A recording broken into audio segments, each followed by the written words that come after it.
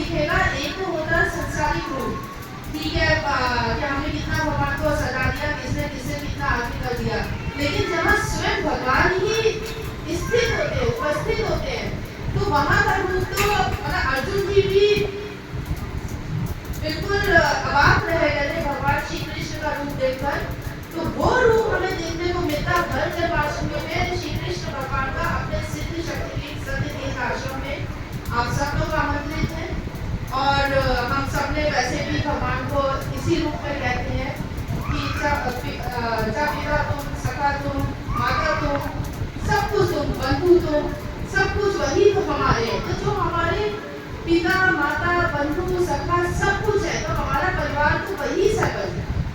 ये परिवार तो हमारा हमें मिलता है, फिर कभी हम अपने परिवार से बिछड़ जाते हैं, कभी परिवार हमसे बिछड़ जाता है, लेकिन एक भगवान ऐसे हैं जो हमसे कभी नहीं बिछड़ते। वो आज हमारे साथ हैं, कल हम हो ना हो संसार के लिए कहने को मृत्यु कहलाती है, लेकिन कभी हम भगवान प्यार से अपने हाथ पकड़ के अपने अंश आत्मा को अपने साथ में ले जाते हैं। तो भगवान तो कभी हमसे बिछड़ते ही नहीं है। और बस हमें अपने मन से ये प्रार्थना करनी चाहिए भगवान से कि ये मन कभी बाधाओं से, संघर्षों से हारे नहीं, थके नहीं, कभी हम भटके नहीं कि अगर सामने रास्ता है भगवान की ओर जा रहा है, हमें वहां पर बीच में कोई बाधा दिखे तो हम भटक के कहीं दूसरा रास्ता पकड़ ले, ऐसा भगवान कभी हमसे हो नहीं। हम जहाँ जाए जिधर जाए आप ही हमारे साथ में हो। मन हमारा कर्मों से मुक्त हो। कर्म से मुक्त माने ये मत समझ लीजिएगा कि निष्क्रिय होकर बैठ जाए। कर्म जो इंद्रिय रूप में हमारे अंदर सदैव रहते हैं, काम क्रोध ईर्ष्या द्वेष लोभ बहुत सारे हैं, अहंकार बहुत सारे हैं, तो उनसे हमारा मन मुक्त रहे। ये मन कभी दूसरों की भावनाओं का संग्रह न बने। बहुत हम दुखी हो जाते हैं कि किसी ने हमारे सामने वाले ने हमसे क्या कह दिया, अगल बगल वाले ने क्या कह दिया, हमारी परिवार वालों ने क्या कह दिया, किसी ने कुछ कह दिया, कोई फर्क नहीं। लेकिन भगवान हमसे कभी रुष्ट न हो, कभी नाराज ना हो। भगवान हमसे कोई ऐसे कर्म ना हो पाए जिससे आप हमसे दूर हो जाए या हमारा हाथ आपके हाथ से छूट जाए, ऐसा भगवान कभी ना हो।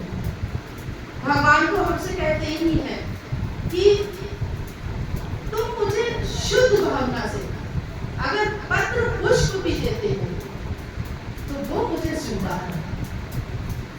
क्या है वो पत्र पुष्प?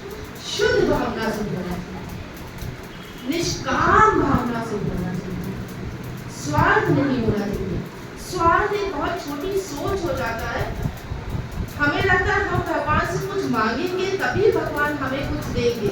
नहीं, वो तो भक्तवत्सल है, हमें तो उनके पीछे पीछे पीछे पीछे चल देना है। वो माता पिता है हमारे, हमें तो चल देना है। और अगर बच्चा अपने माता पिता के पीछे पीछे पीछे पीछे जाता है तो ऐसा नहीं कि माता पिता उसको ध्यान नहीं रखते कि हमारा बच्चा कहाँ है। भले ही लोगों को लगता है अरे इसका बच्चा तो कहीं भी जाता है, इसकी मम्मी को इसके पापा को तो मालूम नहीं, उनको हर क्षण मालूम रहता है कि हमारा बच्चा कहाँ है, उसका कहीं कुछ बुरा न हो जाए। वो तो भगवान है।